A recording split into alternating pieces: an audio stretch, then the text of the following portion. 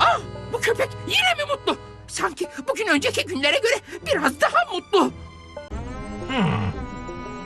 Ah, bu köpek yine mi mutlu?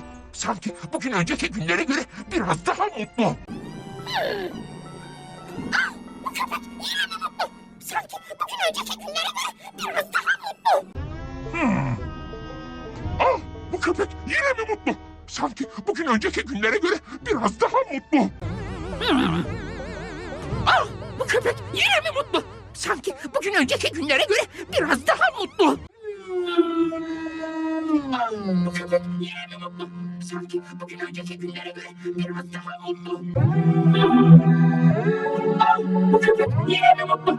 Sanki bugün önceki günlere göre biraz daha mutlu. Ah, bu köpek yine mi mutlu? Sanki bugün önceki günlere göre biraz daha mutlu. Mutlu mu Hazarim? Her gelen yüksek yönlük ihmas. Mutlu mu Meri? Nefes bu. Ha. Ah, bu köpek yine mi mutlu? Sanki bugün önceki günlere göre biraz daha mutlu. Ah, bu köpek yine mi mutlu? Sanki bugün önceki günlere göre biraz daha mutlu.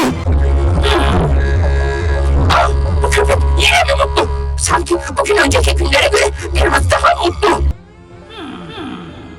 Ah, bu köpek yine mi mutlu? Sanki bugün önceki günlere göre biraz daha mutlu. Bu köpek yine mi mutlu? Sanki bugün önceki günlere göre biraz daha mutlu. Ah, bu köpek yine mi mutlu? Sanki bugün önceki günlere göre